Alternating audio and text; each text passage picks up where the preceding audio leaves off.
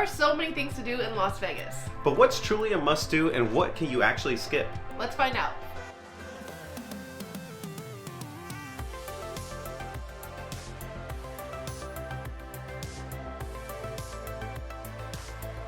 Hi, I'm Rico. And I'm Alex.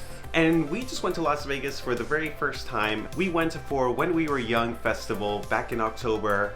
And because it was our first time, we decided to make an extended weekend out of it. So we spent 4 nights at Mandalay Bay on the Strip. And if you're curious to learn more about Mandalay Bay, we also have a video on that coming out soon. So make sure you subscribe to our channel and keep an eye out for that to hear what we thought about that hotel.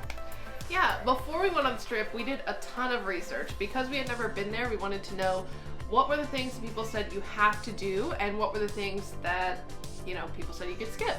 And there's just so many blogs, so many lists that we were like, surely this isn't all a must-do, so let's check it out for ourselves. And that's why we're making this video. We went through some of those things on those lists, and we are going to go through what actually is a must-do and what maybe is something that you can skip on your first time to Las Vegas. And also make sure you stick around until the very end, because there were so many things to do that we of course didn't make it to all of them, and there's a couple that we're going to be saving up for our next trip, so stick around to know what those things are. Number 1, stay on the Las Vegas Strip. The Las Vegas Strip is what most people think about when they think about Las Vegas. It's got extravagant hotels, tons of lights, shows, clubs, casinos, restaurants. It has everything all in one spot. Yeah, but what you might not know until you get to Las Vegas is that everything is actually a little bit further than it appears on the Strip. And that's because it's actually a little bit over 4 miles long. So for that reason, we don't only recommend staying on the Strip. I'm staying closer to the center of the Strip area. Definitely. So that's hotels like Park MGM, like the Paris Hotel, the New York, or Caesar's Palace. You were thinking about getting extra fancy. There's so many hotels, but those are some in more the center area of the Strip that for your first time, we feel like it's very helpful to just stay there and have the ability to walk around to other nearby locations. I know what you're thinking. 4 miles doesn't sound that long. It didn't sound long to us either because we're young and we walk a lot. But everything is just a lot further than it appears. And because the Strip has so much going on, there's a large concentration of people around too. So it's not like you could speed walk your way through 4 miles to get from end to end. There's a lot going on in between, and also it's a busy street just like Times Square in New York. There's just tons of traffic and you have to watch out for that too. So wanted to give that heads up too, that it's not like 4 miles is that long, but in this case, the Strip, it is 4 miles, but it seems like a lot longer just because there's a lot of things in between. And we ended up staying, as I mentioned, at Mandalay Bay. So that's at the very south end on the Strip. We thought, this hotel is still on the Strip. It's still pretty close to just about everything. And we won't completely spoil our review of Mandalay Bay that's going to be coming up. But we did feel like it was a little bit further than what we wanted for our very first time. Still a great hotel though, so make sure you subscribe to our channel for that video that'll be coming soon. Number 2, explore the Las Vegas Strip hotels. We would say this is also a must-do, and there are so many hotels on the Strip as we just mentioned, but some highlights for us included... I really liked the Venetian. I mean, it didn't feel like you were in Italy, but it felt like you were in someplace cool. There was a river with a gondola, there was a little bit of shopping, and just like every detail was very themed around the Venetian style. Another one we really liked was Caesar's Palace. We'd seen this in a ton of movies and episodes on TV about Vegas, and so it felt really cool to go and actually see it. And that's also where we saw the botanical gardens in Caesar's Palace, so it felt like we were transported to a magical realm while we were there. And then to one of the biggest surprises on our trip, also at Caesar's Palace, was the Atlantis show. Yeah, that was a surprise. It was a surprise, and honestly, it wasn't on anybody's list, and I don't know why, because it was unlike anything I'd ever seen. Yes. I also got to check out the Cosmopolitan Hotel, which has a beautiful chandelier, giant chandelier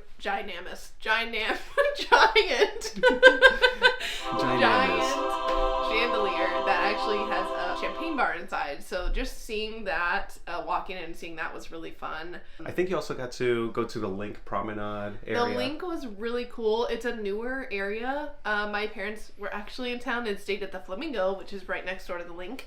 And the Link had a ton going on. It had a ton of restaurants. It was a street that didn't have any traffic on it, so you could really check out all the shops and the activities.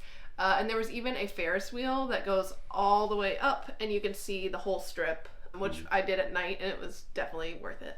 There's so many hotels like we're talking about. You can find anything from a pyramid at the Luxor that was Egyptian themed, all the way to amusement type of rides at Circus. Yeah, there was like something for everyone. There was all those like themes of like the New York, which is just like you're walking in downtown New York. And then there was with a giant roller coaster across the whole city. And then a place like the Cosmopolitan is more just like a high-end hotel. So if you wanted something non-themed, you also had those options.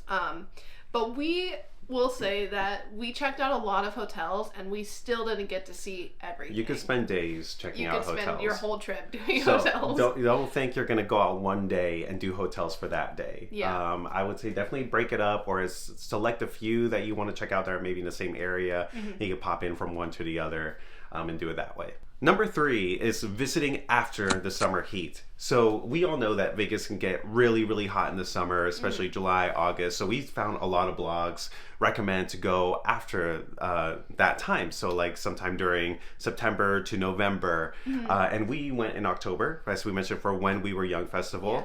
So that's when we had to go. But one thing that we didn't know was that the Formula One Grand Prix is taking place, and it's going to be taking place every year in Las Vegas. The contract is signed for 10 years, and last year was the first year that they started. And while this seems to be a really cool event, there is a lot of construction that takes place in the months leading up to that. The event is in November, so September until November, the construction is really happening then. We didn't say it, but this is not a must to visit after the summer heat. Obviously, it was a must for us because that's when the event that we were going to was. But this caused a lot of issues. The traffic was a lot worse because the construction closed some roads, or they were doing a lot of building. The Bellagio fountains, which are beautiful, you can see from many different vantage points typically. While we were there, though, they were building the VIP seating area, and so all the restaurants on the other side of the street that typically you can see the fountain show from, you couldn't see anything. I know that Formula One fans are excited for this. I couldn't understand how they were going to race through this town. I'll have to watch the race and see how it goes. But anyway, so it just caused a lot of issues that we weren't expecting, and it wasn't really mentioned anywhere. Right. Since, I mean, this year would have only been the second year. But yeah, every Uber driver told us, like, typically the traffic wasn't as bad as when we went. It took forever just to go a couples further down the strip, or trying to get into or out of that area to go to other parts of Las Vegas. So for that reason, we recommend going in the other shoulder season of March to May, where it's starting to warm up. Pool season begins in March. That's probably when you'll be catching us in Las Vegas again. Yeah. And I mean, like everywhere, Vegas has a lot of events going on, so just double check before you book your trip. Check and make sure that there's nothing huge like the Formula One race that you can tell from the Las Vegas tourism website. Number 4, gambling. This is maybe our hottest take that we have said on our channel before. But actually, we don't feel that gambling is a must in Las Vegas. Sorry. I'm sorry to everyone, but it's not a must. There is a lot to do in Las Vegas. There is hiking close by, there's shopping, there's dining, there are shows you can see, there's a ton to do, and that doesn't have to involve gambling if gambling is not your thing. That being said, we did try our hand a little bit in blackjack and in some slots, and we also did like the little horse derby race. Yeah, that was pretty fun. We had a lot of fun checking out the casinos because there is a lot of different variety. Especially from the Strip and then Old Vegas, which was Fremont Street, right? So it was cool to check out the differences between those two. Smoking is permitted in all of these casinos, except for a couple of them. So that is a big deal for me because I think I've said before, I'm really sensitive to smells, and it kind of just, there's a lot of lights and sounds and people and smells and smoke, and it was just a little bit overstimulating for me when we were like in the midst of gambling, and then also I was kind of freaking out about spending money anyway. So if you can picture yourself in any of these scenarios, then I would consider you don't have to spend your whole trip doing it. Yeah, of course, it's a Las Vegas staple, like when you watch the movies or Yeah. see it referenced in other media. But as Alex said, there is so much more to do. We will say, if you are curious about it, kind of like we are, kind of dipping our toes in the water, but not fully into it, just make sure you set a limit, and also know like you're doing it for fun, right? See it as a source of entertainment. And as Alex said, these can be a little bit overstimulating, and if smoking is an issue, there's at least the Park MGM Hotel. Is a completely smoke-free hotel and casino. So that could be a great option for you there. I know that's probably a place we would check out next time. One last tip, if you do want to check out gambling or you want to check out the historic part of Vegas, Fremont Street, we did have a lot of fun there, just seeing, it's kind of a whole different vibe than the Strip. But the horse racing, which is the only one left in the country, and I will put the title in here because I can't remember what it's actually called, and we'll tell you the place we saw it. It's like the only machine left from that 1980s era of Kentucky Derby. Yeah, it's a Kentucky Derby machine. But anyway, it's like these little plastic horses, and basically you just bet on which of these plastic horses you think is going to win the race. Yeah, or which of the top two, yeah.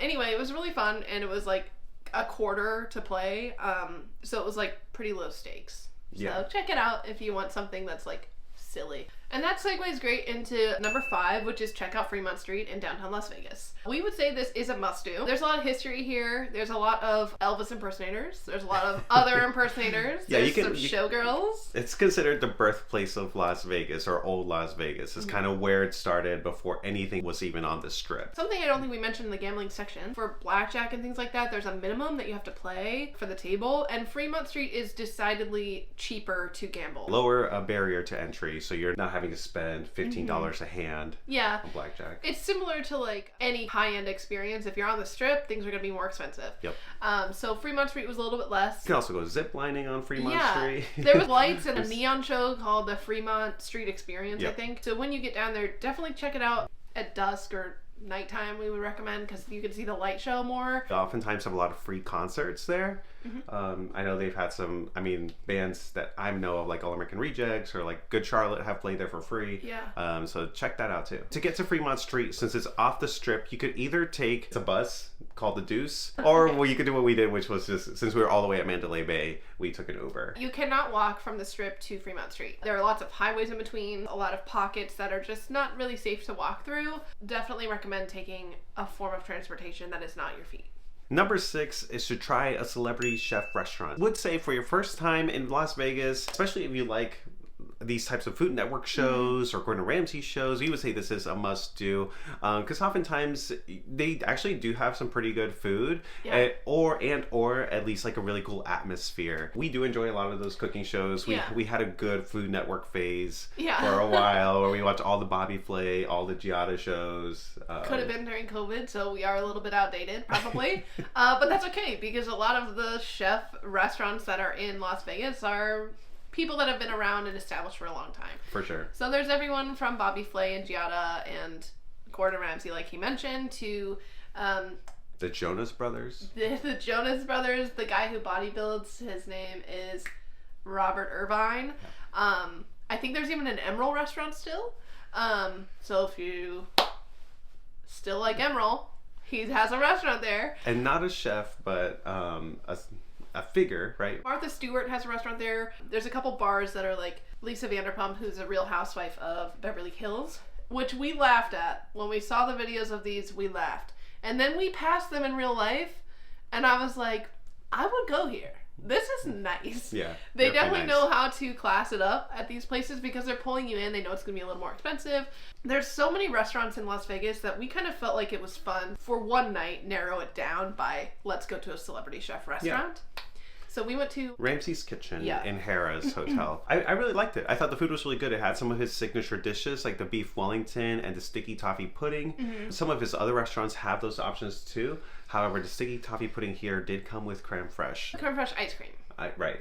Instead of... It's another sweeter ice cream. Also, the vibe was definitely more low-key than like Hell's Kitchen. Hell's Kitchen is like really famous now, and it's like a really popular thing to do.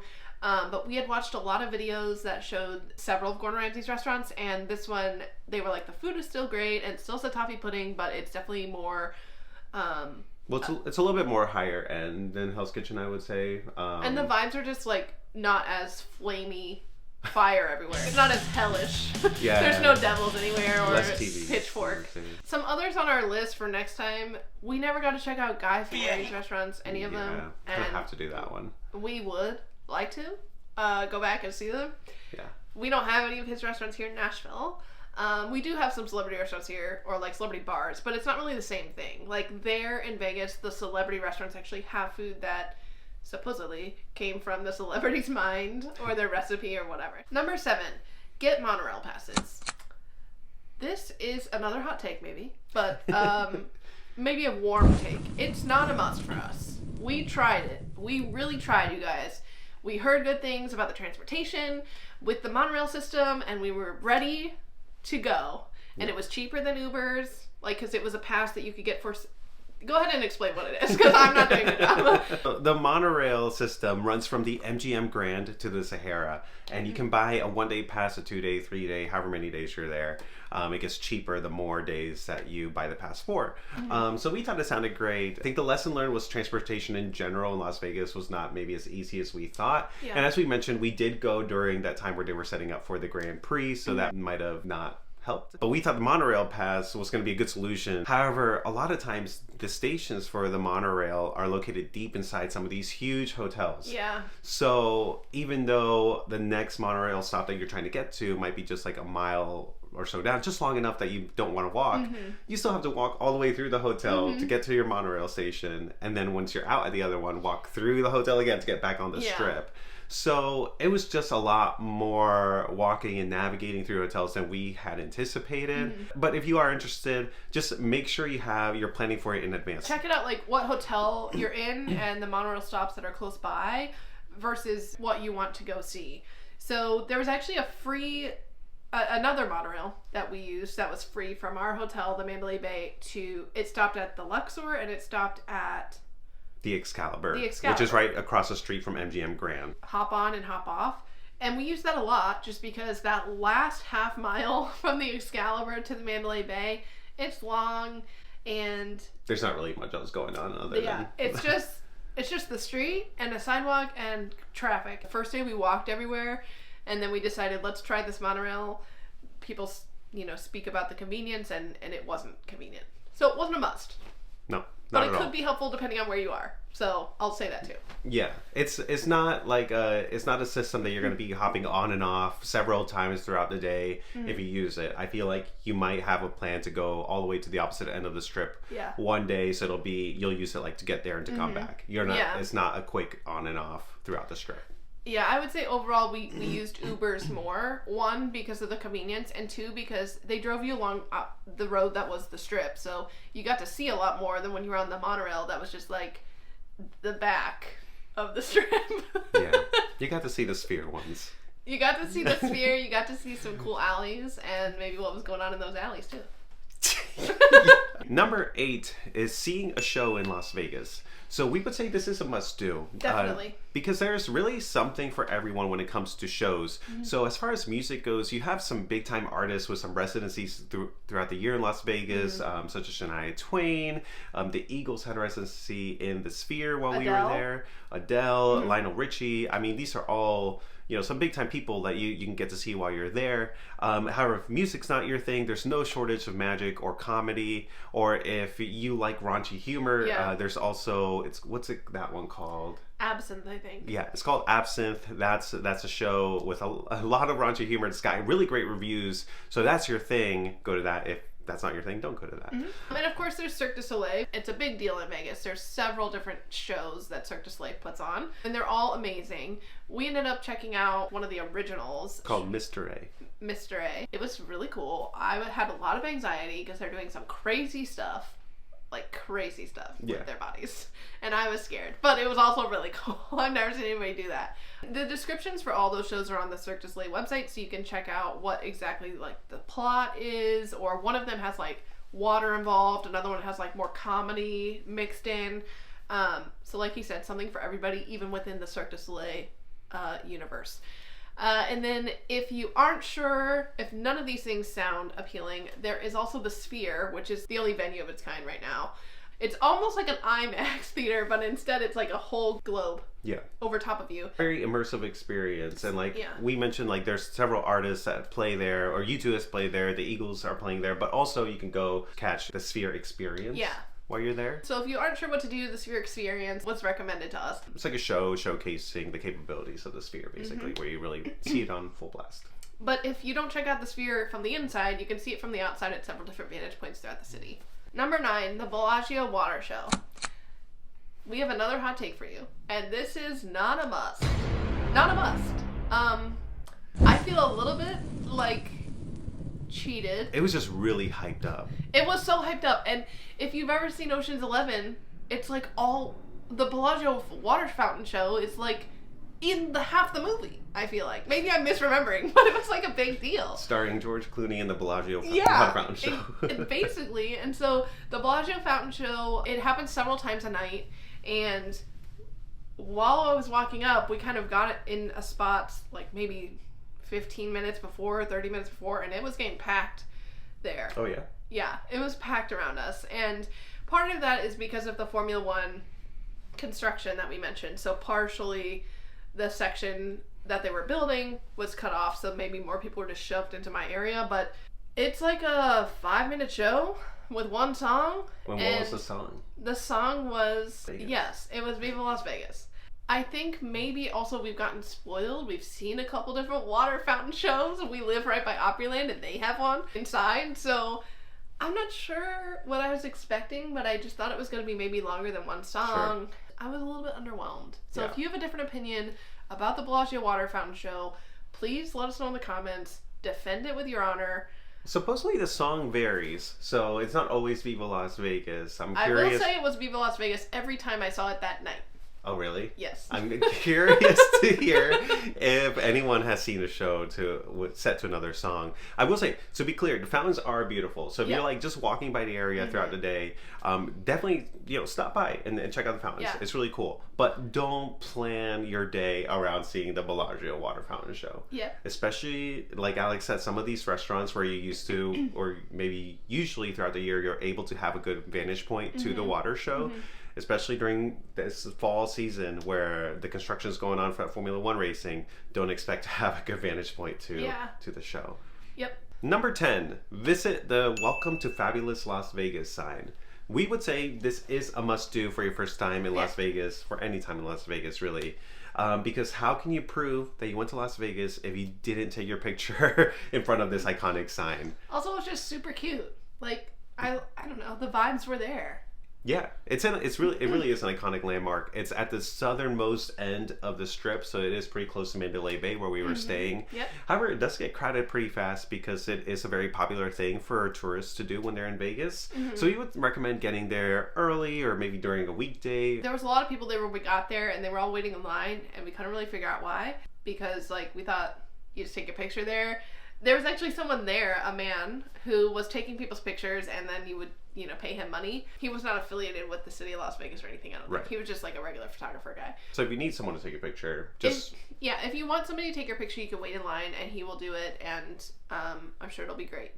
We kind of were like, no thanks, it's hot, it's crowded, and we had other things we wanted to check out. So we went around the line, we went to the side, and we were able to get like a couple good photos, like a couple selfies, and then there's other people around there doing the same thing. So we had someone take our photo, and we swapped, and I felt like it was great. Yeah, that's how you do it. And then we would suggest, like, you can Uber there, but we would suggest maybe walking a little bit further out from the sign to pick up an Uber back to wherever you want to go, just because it's kind of congested. Number 11, seeing the city from above. So we did see this on a lot of lists for must-dos your first time in Vegas. And we would agree. We would say this is also a must-do. Yeah. There's several options. You could take a helicopter tour. You could go on the observation deck at the Strat Tower. You could ride the giant Ferris wheel at the Link Hotel. Yeah, I ended up doing the high roller, the Ferris wheel. And it was really beautiful. It was also not very crowded when I went. I went on a weeknight. It's an enclosed bubble that you go around. It's maybe a 15-minute experience, and they stop at several points so you can get some pictures of the strip from many different vantage points. I also have a tip, which is if you go to the counter to buy your tickets at the High Roller, it's going to be a lot more expensive than some other sites. So make sure you Google if you're going to do an experience like this. There are discounts available at different sites. I will try to link where I found my tickets. Definitely take a peek at those other sites before you go and purchase in person at the counter at the actual venue. And this was the night I was at when we were young, so I didn't make it on the High Roller, but I would look forward to doing that next time.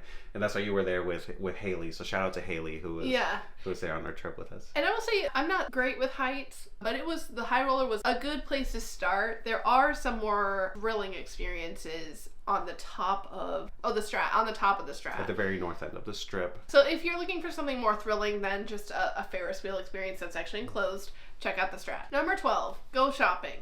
This was on a couple people's lists as a suggestion, but we would actually say this is a must-do. If you like shopping, Vegas has a ton of shopping options. Caveat, I will say, I needed to go shopping because I actually lost my luggage. So the first day, I really needed to get some things. But even if I didn't need to shop, I probably would have wanted to shop because there were so many different choices. So there's Caesar's Palace, where we saw the wonderful show. Fall of Atlantis. Of Atlantis. There are shops there. And it's just like such a unique collection of shops too, right? It's not just like your everyday stores that you have around town. So that's why we think it's also a good idea to go ahead and do some shopping while you're there. There's a couple other places. The Grand Canal at the Venetian has some different stores. And then there's actually a really big mall that's like 3 stories. Every store you can imagine, called the Fashion Show. That's where Haley and I spent the majority of our shopping time, just because there's some shops along the Strip, but the Fashion Show had everything that we were looking for. Since I was in need of actual clothes and not fun souvenirs, the Fashion Show is where I ended up. But there's of course souvenir shops and lots of other shops throughout the Strip that you can check out too. Yeah, and if you're looking for an option off the Strip, then there's also the Las Vegas North Premium Outlets that have gotten really great reviews. We didn't make it out there, but just know that's an option for you too. You don't have to stick to the Strip. Number 13 is Famous Food Street Eats. So this might be another hot take. We will say this is not a must-do. What it is inspired by the street markets of Southeast Asia. Famous Food Street Eats features a curated collection of Pan-Asian eateries. So we were really excited about trying this place. One, because it had gotten really good reviews from some of the blogs that we read or some of the videos that we watched. And we thought the concept sounded really cool. Yeah, and we were with a group, so we had 4 of us. And sometimes it's hard to find one place that maybe all 4 of you would find something good to eat, or that you're in the mood for. So these kind of food halls or like food courts have been popping up.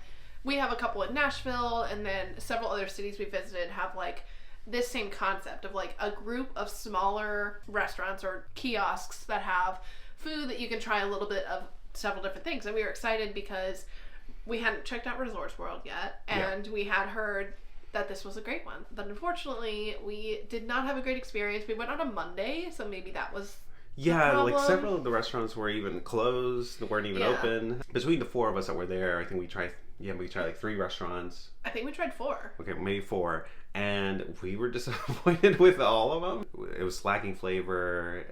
Your sushi roll wasn't constructed well.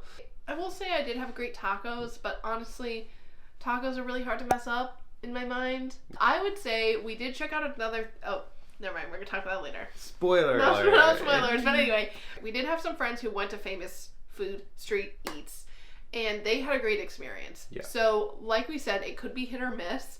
But we always utilize Google reviews on, like, Google, when we're searching on Google Maps. You can check out the Google reviews right there. I use that a lot for like if you need something gluten-free or you need something, like you can search for people's reviews of specifically what you're looking to get there and see what they say. Just know there are a lot of really good food options in Las Vegas. So that's also why we were a little extra disappointed, having to basically waste one of our meals in one of our few days that we had there. Just know that you're rolling the dice a little bit with Famous Food Street Eats when you go. However, number 14 is Eataly. Yes. There are a couple Eataly locations throughout the U.S. and I know that it's not like a Vegas specific thing, but I was really excited because I had seen that there was an Eataly here and I was pumped, and It was awesome. Yeah, so we're not just here to bash all the food halls True. in Vegas. So Yeah. we want to give you one that we do recommend. Yeah. And we did like Eataly, yeah. Yeah, so Eataly is kind of what it sounds like. It's Italian food. They had gelato, they had desserts, they had coffee, they had pasta, like fresh pasta being made, they had pizza. It was very upscale, lots of open space. It was in the Park MGM, which we had mentioned before was a hotel that we definitely have marked for our next trip because there was just a lot of impressive things about it. You could get a glass of wine and walk around and like check out a couple different things, and we like that kind of style where you can pick and kind of graze along the way. I had a great pasta dish. And it was so good we went a second time. It was so good we went a second time. Also, maybe one of the best coffees I'd had in Vegas because it was like a cappuccino and they made it really great, and so check out their coffee. Check it out. Number 15, treat yourself to a luxury experience. So we're talking spas, pools, basically anything that feels like a treat yourself moment. Mm-hmm. This is a must-do for us. Vegas is a city of opulence and luxury and just, I don't know. And a lot of walking. A lot of walking. So much walking. So much walking and staying up late and sometimes drinking. Or eating things that you don't normally eat. So take a second to just kind of take a breath, detox, and experience something luxurious. So Rico went to a music festival, which was like 14 hours on his feet. And I said, that doesn't sound like my thing anymore. So I went to a spa and I got a massage, and we'll cover more of this in the Mandalay Bay review, but Mandalay Bay Spa was beautiful and it had lots of different amenities that I could use the whole day. And that was the same for a lot of spas at the city. Yeah, so several of the hotels on the Strip do have a nice luxurious spa. Mm-hmm. And when you book spa services, say at like Caesars, for example, you have access to their pool and outdoor areas. So just keep that in mind. Typically you have access. At Caesars you do. Yeah. At Caesars you do. So check with the hotel that you're booking your spa services at to see if they do offer that. If you're staying at a hotel that's maybe not the most luxurious that you wanted to, if you're staying at maybe a lower end hotel, this is a great way to check out one of those dream hotels. Any of those that you're just like, man, I wish I was staying there. But you can experience some of it. Like she said, I went to When We Were Young festival, and I really wish I would have gone to the spa a day or two later because I was feeling it in my legs for the rest of the week. But of course, When We Were Young Music Festival was still worth it for me. So if you are interested in learning more about my experience there at that music festival, check that out on this video right here. So we've gotten to the bonus picks section of our video. So these aren't necessarily must-dos. We didn't necessarily see these on our research while we were looking into what to do in Las Vegas, but we did make it out to both of these, and we would recommend it, especially if you are in town for a big music festival, or if you like this scene, this type of alternative rock music is kind of up your alley. Stay Tuned Burgers. This was kind of like a dive bar, but it was a great smash burger. Very inexpensive, especially for the Las Vegas prices, and really good. They had a jukebox with all the music that you can imagine, and that was cool. really fun. Just down the road from Stay Tuned Burgers is the Punk Rock Museum, which is just what it sounds like. It's a museum of punk rock, and it goes back to the history of how like the genre started. It's only been open since 2023. And it was a museum that was open late. We could check it out at night, which isn't always the case. Yeah, but it goes way back to like 45 plus years to the origins of punk rock, and it takes you all the way through present day.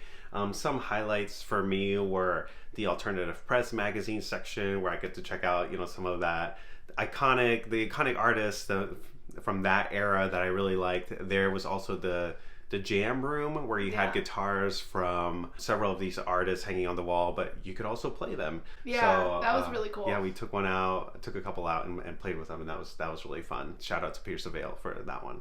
Highlight for me was the section that was just people's, what do you call them, an outfit? People's fits from their concert days. Actually, they had a lot of great props of just, this is a guitar that someone smashed, and here's all the pieces, and that was really cool. Even for me, who's someone that's not like, I didn't really know everything we were looking at, I still had a good time.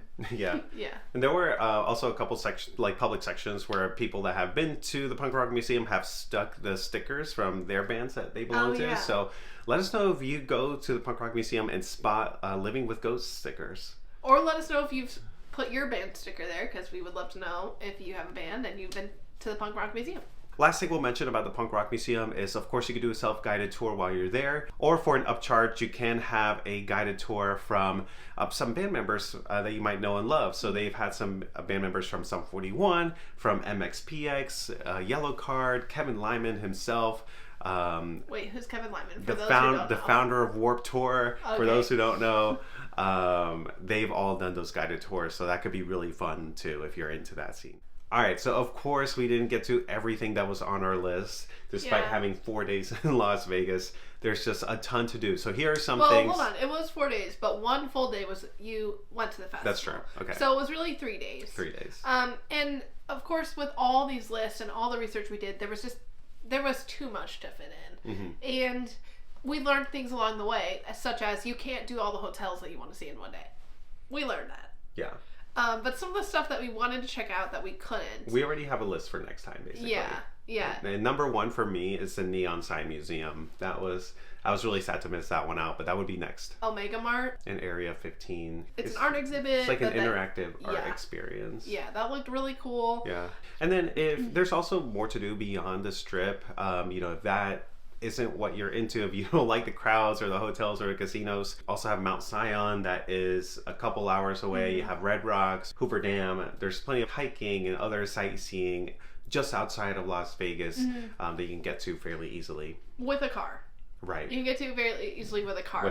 We did not have a car, but if you've never been to the desert before, we would highly recommend adding one of those hikes onto your trip. There are some that are even within 30 minutes of the city. So there's some that are just not as far as you think. Yeah.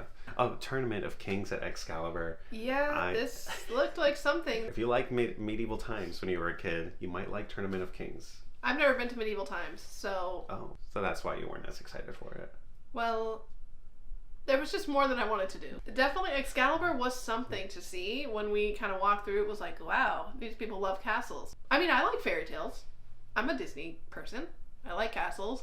But the Tournament of Kings is more of like a dinner show. So it was a little bit something that we didn't really schedule for. We had other things we wanted to eat. So. Yeah, our show for the weekend was the Cirque du Soleil. So yeah. But maybe next time. Yeah, maybe next time. As you can see, there is just so much to do in Las Vegas. There is no way you could possibly do all of your must-dos in one trip. So you do need to pick and choose what specifically you want to do with your group. Yeah, all the more reason to go back though for us. Yeah.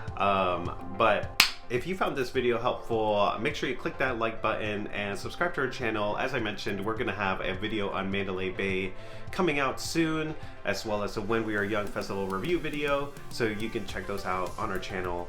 And if you have any must-dos that weren't on our list, please let us know in the comments. We would love to hear from you.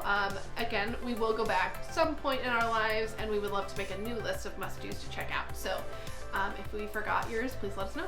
Yeah, other than that, thanks for watching. Thank you. Bye.